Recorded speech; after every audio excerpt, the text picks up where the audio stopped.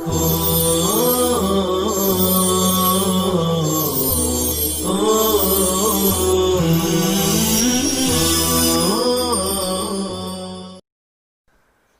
اللہ الرحمن الرحیم نحمدہ ونصلی علی رسولہ الکریم اما بعد۔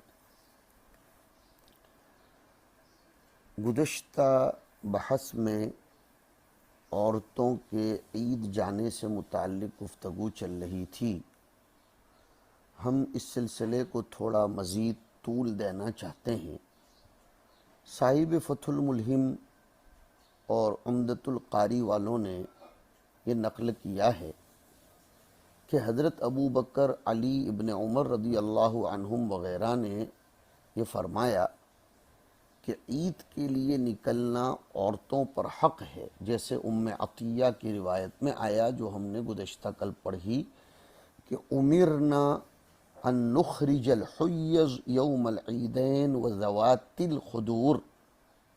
اس قسم کی احادیث سے صراحتاً معلوم ہوا کہ حضور تاکید عقید کے ساتھ عورتوں کو عیدین میں حاضر ہونے کا حکم دیتے تھے۔ امام اعظم کا ایک قول ایسا ہے۔ امام مالک، ابو یوسف وغیرہ کہتے ہیں کہ عورت عید وغیرہ میں نہ جائے، حضرت عائشہ کی اس روایت کی بنیاد پر کہ اگر حضور بعد کے زمانے میں رونما ہونے والے فتنوں کو دیکھتے تو عورتوں کو مسجد جانے سے روکتے، جیسے کہ بنی اسرائیل کی عورتوں کو روکا گیا۔ حضرت عائشہ کا یہ فرمان حضور کی وفات کے تھوڑے ہی دنوں کے بعد کا ہے۔ اندازہ لگائیے، جب اس زمانے میں ایسی تبدیلی آ گئی تھی تو اب ہم جو فساد، بے پردگی، معاصی کا شیوع اور عموم دیکھتے ہیں، ایسے پرفتن زمانے میں عید وغیرہ کے لیے عورتوں کے نکلنے کا حکم کیسے دیا جا سکتا ہے؟ علامہ شبیر احمد عثمانی رحمۃ اللہ علیہ ایسا ہی فرماتے ہیں۔ صاحب بدائع ملک العلماء علامہ کاسانی نے بھی احناف کا مذہب نقل کیا ہے کہ احناف متفق ہیں کہ جوان عورت کو عیدین، جمعہ بلکہ کسی بھی نماز میں نکلنے کی اجازت نہ دی جائے۔ وَقَرْنَ فِي بُيُوتِكُنَّ وَلَا تَبَرَّجْنَ تَبَرُّجَ الْجَاهِلِيَّةِ الْأُولَى وَأَقِمْنَ الصَّلَاةَ۔ خروج ان عورتوں کا فتنے کا سبب بنے گا، اس لیے اجازت نہیں ہونی چاہیے۔ بوڑھی عورتوں کو عیدین میں نکلنے کی رخصت دی جا سکتی ہے۔ مقاصد شریعت کو سامنے رکھا جائے، فتنے سے بچنا، دفع المضرۃ اولا من جلب المنفعہ۔ ملا علی قاری رحمۃ اللہ علیہ نے تو اس قول کو قول عدل فرمایا ہے۔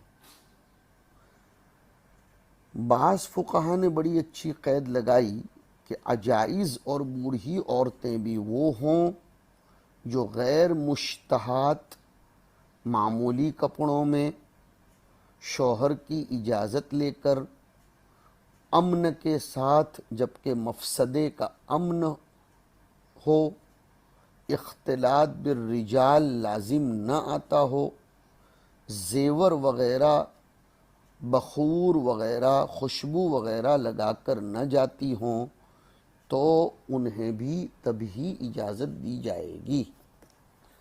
آج کل فساد زمانہ ہے، اگرچہ عورت بوڑھی ہو، اگرچہ رات کا وقت ہو، ہر قسم کی عورت کو ہر قسم کی جماعت ہو، چاہے جمعہ، عید، وعظ،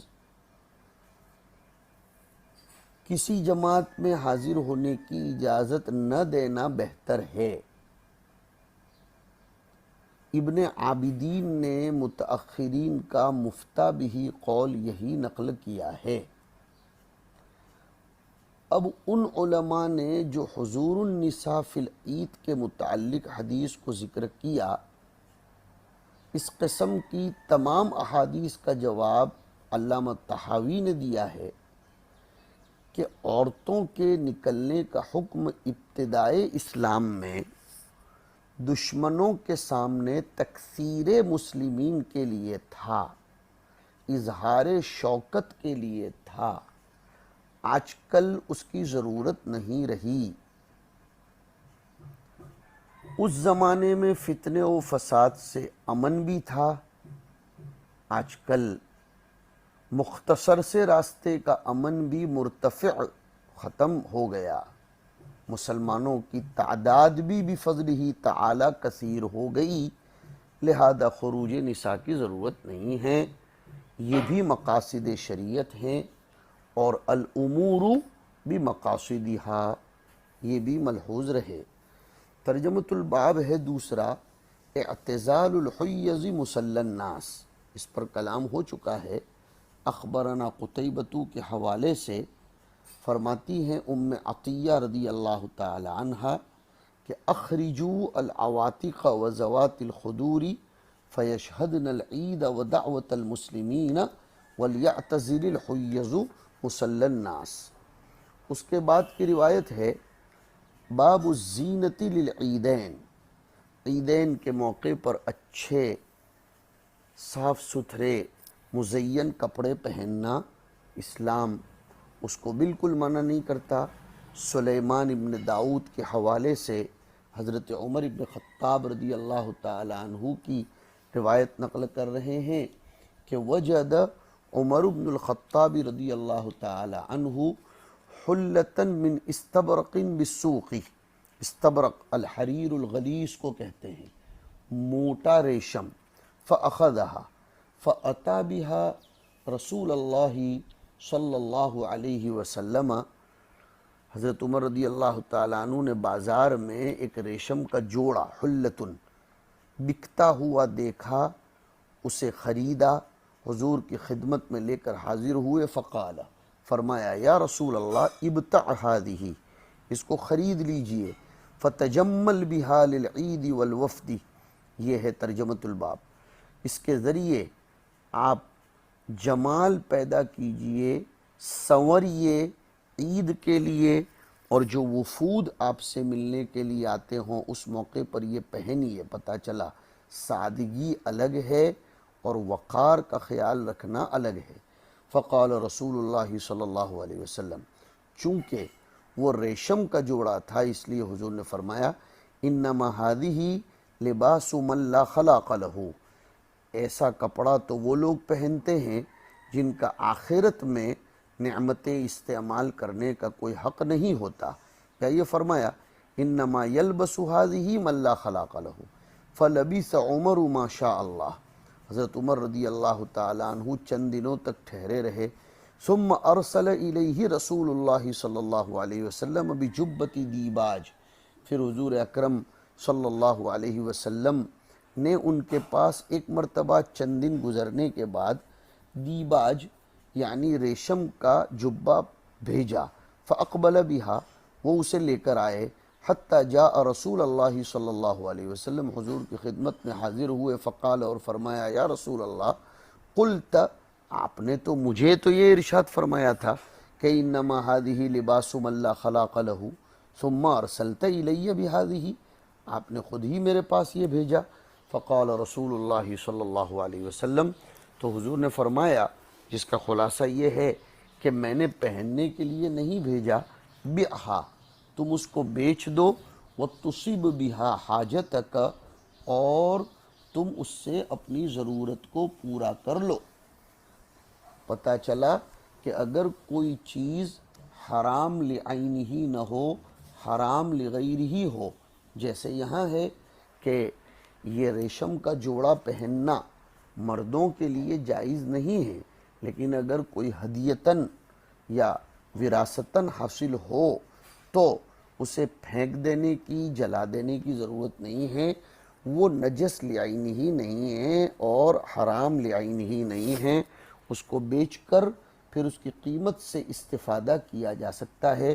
اگر کوئی شخص مرد کو سونے کی انگوٹھی، سونے کی گھڑی، کوئی چیز ہدیے میں پیش کرے، وہ اسے قبول تو کر لے، مقصود پہننا نہیں ہے، اس کو بیچ کر اس کی جگہ اور کوئی چیز وہ استعمال کر سکتا ہے۔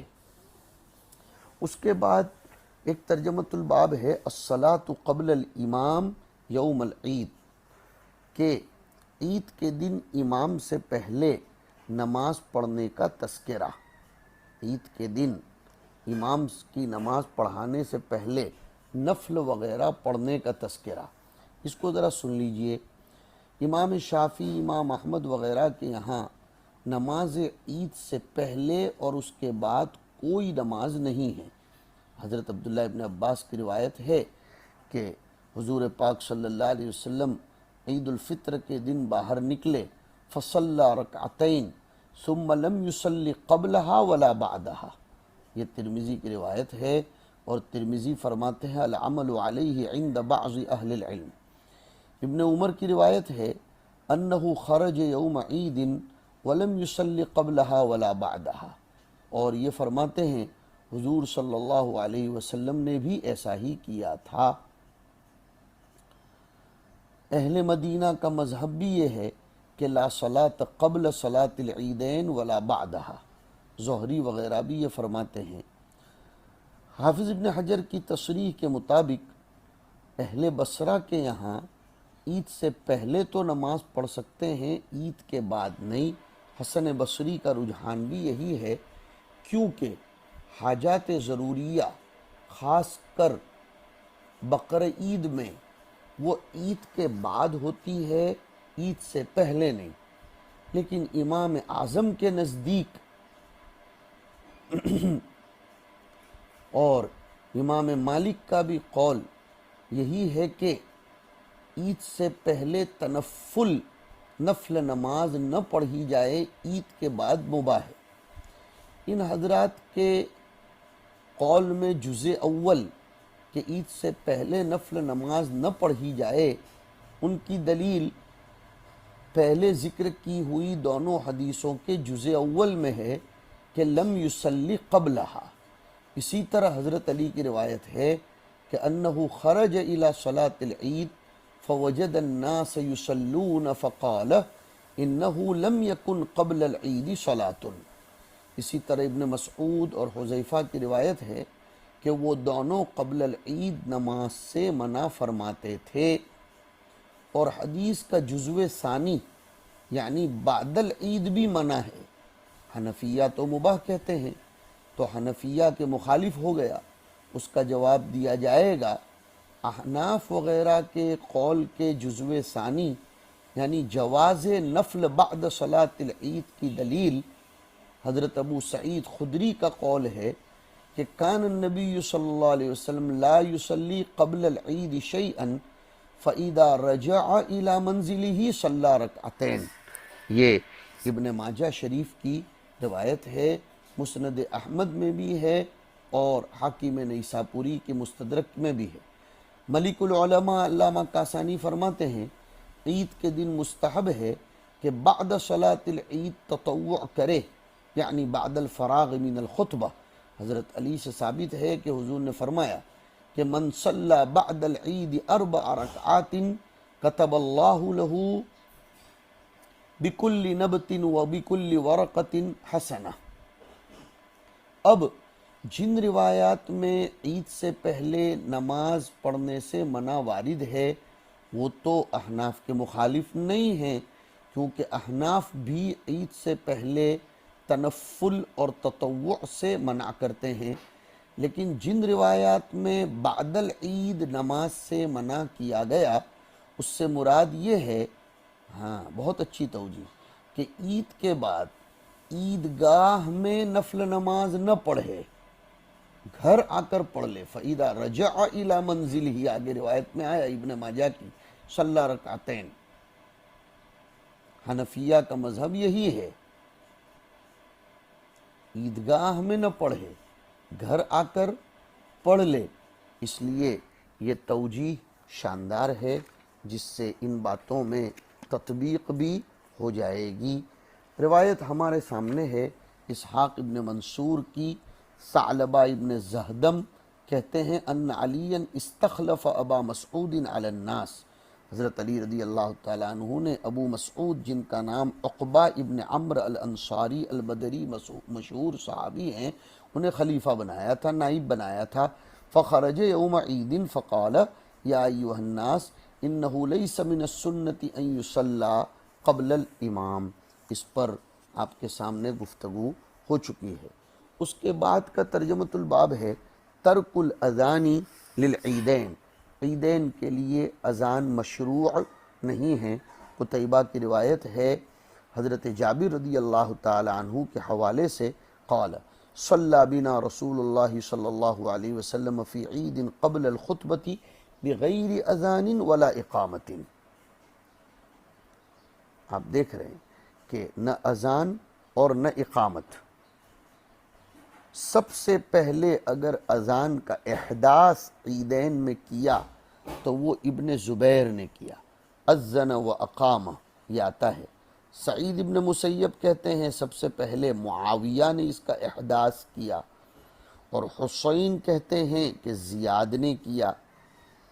امام بخاری رحمۃ اللہ علیہ نے اپنی صحیح میں معلق روایت یہ ذکر کی ہے، تعلیقات، کہ ابن عباس نے ابن زبیر کو سب سے پہلے جب ان کی بیعت لی جا رہی تھی یہ کہلوایا تھا کہ لم یکن یؤذن بالصلاة یوم الفطر وانما الخطبۃ بعد الصلاة۔ امام زہری سے ثابت ہے کہ کان رسول اللہ صلی اللہ علیہ وسلم یأمر المؤذن فی العیدین ان یقول الصلاة جامعۃ۔ تو اس سنت میں ہمارے نزدیک تو کوئی اختلاف نہیں ہے کہ اذان نہیں دی جائے گی اور اقامت بھی نہیں کہی جائے گی، البتہ الصلاة جامعۃ وغیرہ کے ذریعے اعلان کرنا یہ ایک بات الگ ہے۔ اس کے بعد کا ترجمۃ الباب ہے الخطبۃ یوم العید، عیدین کا خطبہ سنت ہے برخلاف جمعہ کے خطبے کے کہ وہ واجب ہے اور شرط بھی، اسی لیے وہ نماز پر مقدم ہے، شرط شے پر مقدم ہوتی ہے۔ خطبہ عیدین بالاتفاق نماز سے مؤخر ہے۔ حضرت ابو سعید خدری رضی اللہ تعالی عنہ فرماتے ہیں کہ ایک مرتبہ، روایت سنیے ابو داؤد کی ہے اور پھر ہم اپنی روایت پر جاتے ہیں، کہ ہم جب کہ مروان امیر مدینہ تھا عید کی نماز کے لیے عیدگاہ پہنچے تو وہاں جا کر دیکھا کہ مروان نے خطبہ دینے کے لیے ممبر نکلوا رکھا تھا۔ پھر جب نماز کا وقت آیا تو مروان نے ابتدا خطبے سے کی اور نماز کو مؤخر کر دیا۔ ایک شخص نے کھڑے ہو کر مروان پر اعتراض کیا کہ تم نے دو کام سنت کے خلاف کیے ہیں، ایک تو ممبر نکلوایا جبکہ حضور خطبہ عید ممبر پر نہیں دیتے تھے، دوسری چیز ابتدا بالخطبہ۔ اس پر ابو سعید خدری نے فرمایا کہ اس نہی عن المنکر کرنے والے نے حق ادا کر دیا۔ اصل میں مروان کے بارے میں لکھا ہے کہ وہ اپنے خطبے میں اہل بیت یعنی حضرت علی، اصحاب علی پر تعریض، ان کی ہجو کرتا تھا، مذمت کرتا تھا، اس لیے بہت سے لوگ اس کا خطبہ بغیر سنے اٹھ جایا کرتے تھے۔ جب اس نے ایسا دیکھا تو دوسری حرکت یہ کی کہ خطبے کو نماز پر مقدم کر دیا تاکہ لوگ نماز کے بہانے سے بیٹھے رہیں اور بغیر نماز کے واپس نہ ہوں، اس لیے مجبوراً ان کو خطبہ سننا ہی پڑتا تھا۔ فقام رجل، جو آیا ہے کہ ایک شخص اٹھے، اس سے مراد ابو مسعود بدری ہیں، ان کا تذکرہ ابھی تھوڑی دیر پہلے گزرا، مصنف عبد الرزاق کی روایت میں آیا ہے۔ نکیر کرنے والے خود ابو سعید خدری تھے، یہ بھی بعض لوگوں نے لکھا ہے، ہو سکتا ہے دونوں واقعے الگ الگ ہوں۔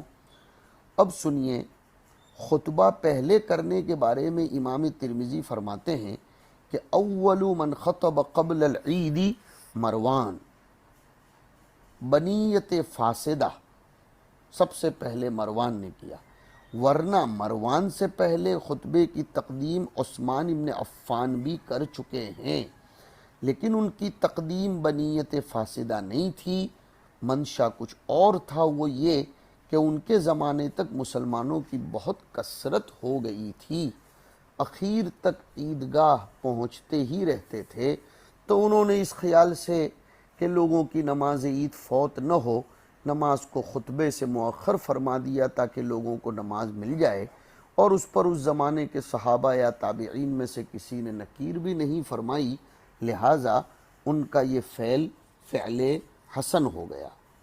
حضرت شیخ الحدیث رحمۃ اللہ علیہ لکھتے ہیں کہ علامہ سیوطی نے تاریخ الخلفاء میں خطبے کو نماز پر مؤخر کرنے کو اولیات عثمان میں سے شمار کیا ہے، اور یہ بھی فرمایا ہے کہ اول من قدم الخطبۃ علی الصلاۃ معاویہ، لیکن بعض علماء جن میں ملا علی قاری بھی ہیں لکھتے ہیں کہ حضرت عثمان یا معاویہ کی طرف تقدیم خطبہ کی نسبت غلط ہے، اس لیے کہ ابو داؤد شریف میں صراحت ہے کہ مروان سے پہلے ایسا کسی نے نہیں کیا، اور اسی لیے حضرت ابو سعید رضی اللہ تعالیٰ عنہ کا یہ قول آیا فَلَمْ يَزَلِ النَّاسُ عَلَى ذَلِكَ حَتَّى خَرَجْتُ مَعَ مروان۔ تو پتہ چلا کہ اس زمانے میں تقدیم الخطبہ ہوتا ہی نہیں تھا، تبھی تو فَلَمْ يَزَلِ النَّاسُ عَلَى ذَلِكَ کہہ رہے ہیں۔ بخاری کی ایک روایت میں ابن عباس فرماتے ہیں شہدت العید مع رسول اللہ و ابی بکر و عمر و عثمان فکلہم کانوا یصلون قبل الخطبۃ۔ علامہ معینی بھی فرماتے ہیں کہ حضرت عثمان کی طرف اس کی نسبت ٹھیک نہیں ہے۔ اب یہ جو بات میں نے سنائی تھی کہ مروان نے منبر نکالا، اس میں اشکال ہے کہ بخاری اور مسلم کی روایت کے خلاف ہے۔ بخاری میں ابو سعید خدری فرماتے ہیں کہ میں امیر مدینہ مروان کے ساتھ عیدگاہ پہنچا تو دیکھا کہ ایک منبر بنا ہوا تھا جس کو کثیر ابن السلط نے بنایا تھا۔ مروان نے اس پر خطبے کے لیے چڑھنے کا ارادہ کیا، پتہ چلا کہ وہاں منبر پہلے سے بنا ہوا تھا، تو پھر مروان کی طرف اخراج منبر کی نسبت کیسے ہوگی؟ جواب یہ ہے کہ بنائے منبر سے پہلے کی روایت ہو ابو داؤد کی، یا ہو سکتا ہے مروان ابتدا میں مصلی میں رکھواتا ہو، پھر بعد میں لوگوں کے اعتراض پر بجائے اس کے مستقل وہیں بنوا لیا ہو۔ بہرحال اس حدیث میں امر بالمعروف اور نہی عن المنکر کا حکم ذکر کیا گیا ہے جو میں نے سنائی۔ صاحب منحل لکھتے ہیں کہ یہ امر بالاجماع وجوب کے لیے، قاضی ایاز فرماتے ہیں کہ امر بالمعروف اور نہی عن المنکر اسلام کے ستونوں میں سے ہے جس کے وجوب پر سب کا اتفاق ہے سوائے روافض کے۔ اور المنحل العذب المورود ابو داؤد کی شرح والے لکھتے ہیں امر بالمعروف کے لیے شرط نہیں کہ امر کرنے والا خود بھی عمل کرتا ہو، اس لیے کہ دو الگ الگ حق ہیں، ایک تو خود برائی سے رکنا اور دوسرے برائی سے روکنا، یہ الگ الگ اور مستقل ہیں۔ ما لا یدرک کلہ لا یترک کلہ، ایک حق کے نہ پائے جانے سے دوسرا حق ساقط نہیں ہوتا۔ ہاں یہ الگ ہے کہ درجہ کمال یہ ہے کہ خود بھی عمل کرتا ہو۔